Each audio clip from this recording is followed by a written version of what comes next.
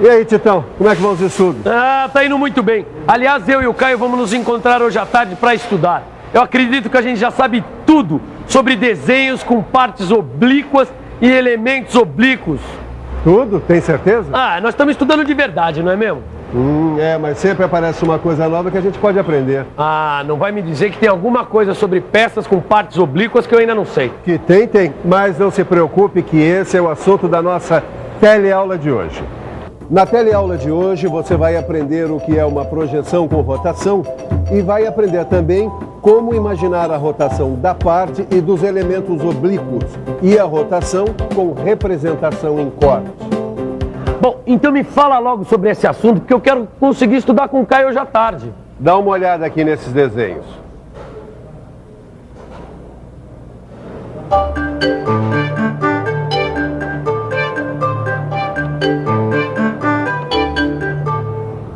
Bom, o que eu notei que são peças com superfícies oblíquas. Exatamente. Mas essas peças têm uma característica que permite um tipo especial de projeção ortográfica. Veja se você e o Caio descobrem, tá? Mas eu vou dar uma dica. Projeção com rotação. Projeção com rotação?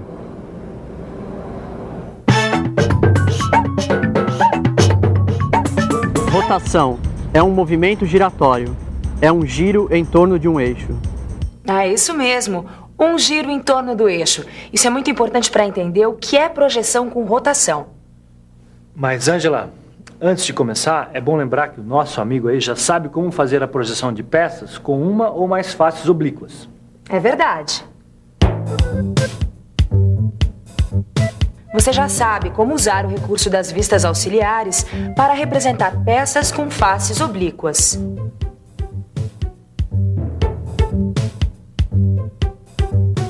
A projeção com rotação é um outro tipo especial de projeção ortográfica. É uma convenção para representar superfícies oblíquas em relação aos planos de projeção, como esse modelo aqui. Se ele fosse representado numa projeção ortográfica normal, aconteceria a distorção e o encurtamento numa das vistas. Miguel, não seria melhor mostrar como ficaria? É pra já. Esta é a peça em perspectiva, um tipo de braço de comando que apresenta uma parte oblíqua. Observe agora a projeção ortográfica da peça em dois planos de projeção. Note que na vista superior, a parte oblíqua aparece encurtada e o diâmetro da parte cilíndrica e o furo aparecem deformados. Mas para enxergar melhor essas deformações, veja a projeção ortográfica nos planos rebatidos. Observe que o segmento AB, que determina a distância entre dois furos da peça, é maior na vista frontal do que na vista superior. Isso ocorre porque na vista frontal, a parte oblíqua aparece representada em verdadeira grandeza. Na vista superior, a parte oblíqua aparece encurtada. O mesmo ocorre com o segmento CD, o diâmetro da parte cilíndrica, que na vista frontal é representado em verdadeira grandeza e na vista superior aparece menor que o seu tamanho real. Para que os segmentos AB e CD sejam representados em verdadeira grandeza também na vista superior, é necessário imaginar a rotação da parte oblíqua. Você quer ver? Veja novamente a peça com as projeções frontal e superior. E agora, imagine a rotação da parte oblíqua da peça. A rotação é imaginada de modo que a parte oblíqua fique sobre o eixo principal da peça e paralela ao plano de projeção, que nesse exemplo é o horizontal. Veja agora a parte oblíqua em rotação representada na vista superior. O que aconteceu? Após a rotação, a parte oblíqua passou a ser representada em verdadeira grandeza também na vista superior. Olha a linha de centro que atravessa a parte oblíqua na vista frontal. Esta linha de centro facilita a rotação da parte oblíqua. Ô Tito, Oi. é interessante essa história de projeção com o uso da rotação, né? Também é um bom modo de representar peças com superfícies oblíquas.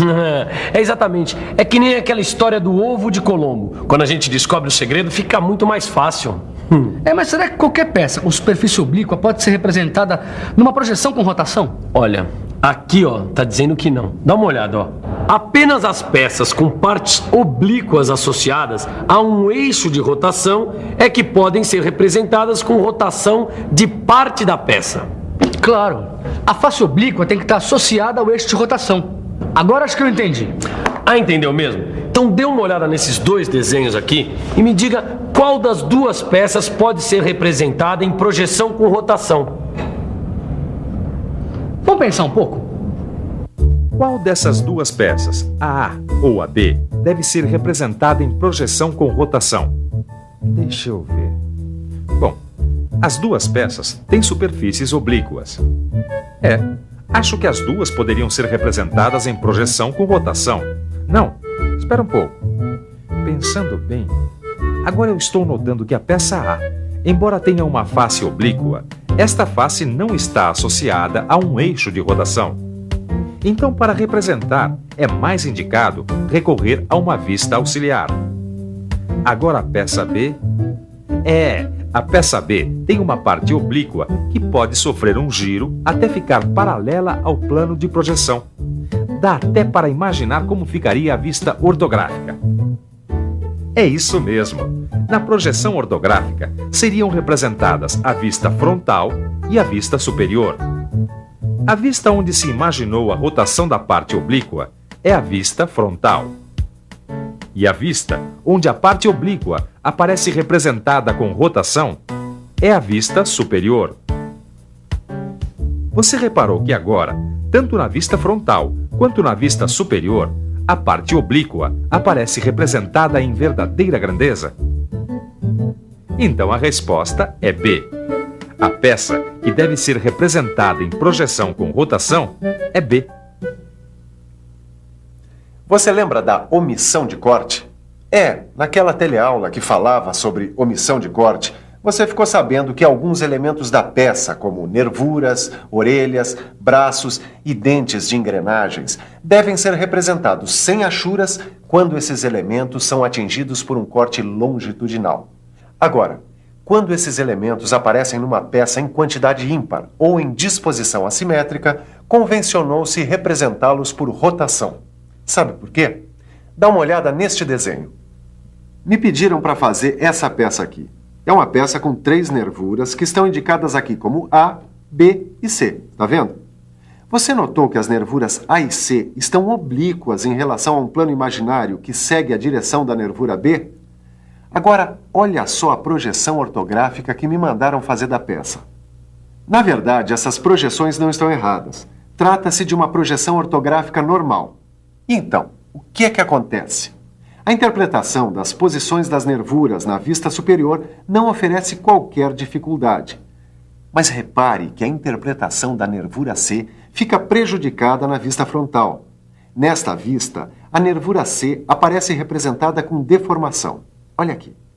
Além disso, a projeção da nervura A coincide com a projeção da nervura C na vista frontal.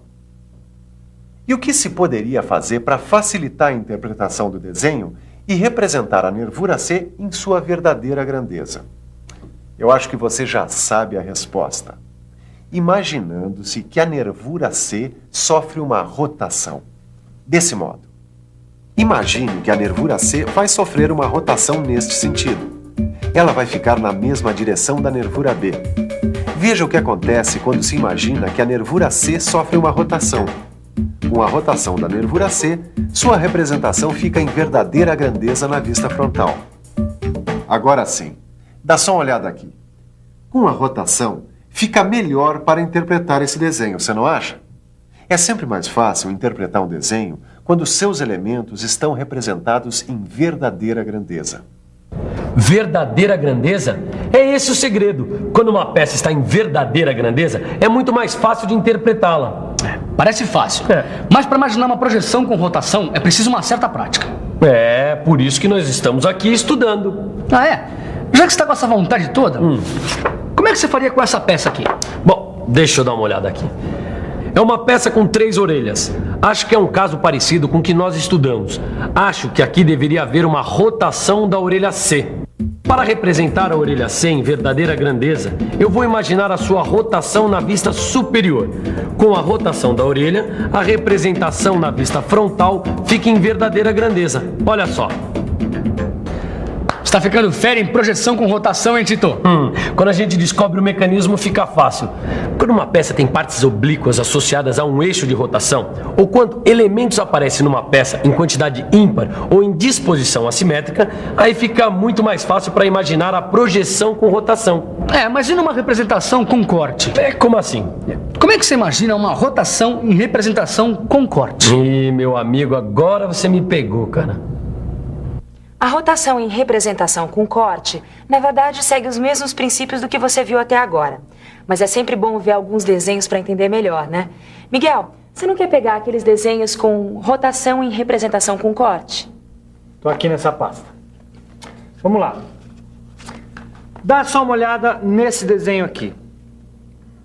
É uma polia com braços que estão indicados pelas letras A, B e C. Agora, olha esse outro desenho. É a perspectiva da mesma polia em corte. Repare que o braço C está oblíquo em relação ao eixo da peça. Agora vamos tentar imaginar como ficaria essa peça em corte, representada em projeção ortográfica normal. Veja, uma vez que o observador está vendo a peça de frente, a vista frontal será representada em verdadeira grandeza. Já na vista lateral, atingida pelo corte, o braço C não será representado em verdadeira grandeza. Imagine agora que o braço C da polia sofreu uma rotação em torno do eixo da peça, até ficar paralelo ao plano de projeção lateral. Viu só? Agora o braço C também será representado em verdadeira grandeza na vista lateral. No desenho técnico, não há necessidade de indicar onde a rotação do elemento foi imaginada. Assim, no caso desta peça, a vista frontal e a vista lateral esquerda são representadas deste modo. Angela, você não acha que para fixar mesmo esse assunto de projeção com rotação é melhor a gente mostrar um outro exemplo? Você sabe que meu lema é mostrar em vez de contar. Então vamos lá. Eu tenho aqui uma peça com dois tipos de elementos em número ímpar: nervuras e furos. Nervuras e furos, mostra então. Olha, aqui a perspectiva da peça. E agora a perspectiva da mesma peça em corte. Preste atenção agora na projeção ortográfica normal da peça em corte. O mesmo problema de sempre. A nervura C foi representada deformada na vista frontal e o furo D não foi representado também na vista frontal. E agora veja a projeção com rotação. Aqui se imaginou ao mesmo tempo a rotação dos dois elementos, a nervura C e o furo D. Com esta rotação, os dois elementos passaram a ser representados em verdadeira grandeza na vista frontal. Você notou que o raciocínio é sempre o mesmo: fazer a rotação da parte oblíqua ou do elemento oblíquo associado a um eixo, de forma a mostrá-lo em verdadeira grandeza. E aí, tem mais algum tipo de projeção para a gente mostrar? Bom, mostrar é bom, mas por hoje chega de projeção, né? Tá na hora de uma boa revisão. E atenção, se liga aí que é hora da revisão. Na teleaula de hoje, você aprendeu que certas peças que têm superfícies oblíquas em relação aos planos de projeção, por convenção são representadas por meio de um tipo especial de projeção ortográfica, a projeção com rotação. Viu que esse tipo de projeção só pode ser representado em peças com partes oblíquas associadas a um eixo de rotação. Viu também como imaginar a rotação de elementos oblíquos quando eles aparecem numa peça em quantidade ímpar ou em disposição assimétrica. Finalmente, viu como imaginar a rotação em representação com corte. O Caio e o Tito aprenderam realmente como imaginar uma projeção com rotação. Eles estão estudando muito, com afinco, com determinação. Bem, é assim mesmo quando a gente se interessa por um assunto, a gente aprende mais depressa. Eu acho que você devia fazer a mesma coisa, pegar o seu livro, estudar bastante, fazer todos os exercícios que estão lá. Projete para você mesmo um belo futuro.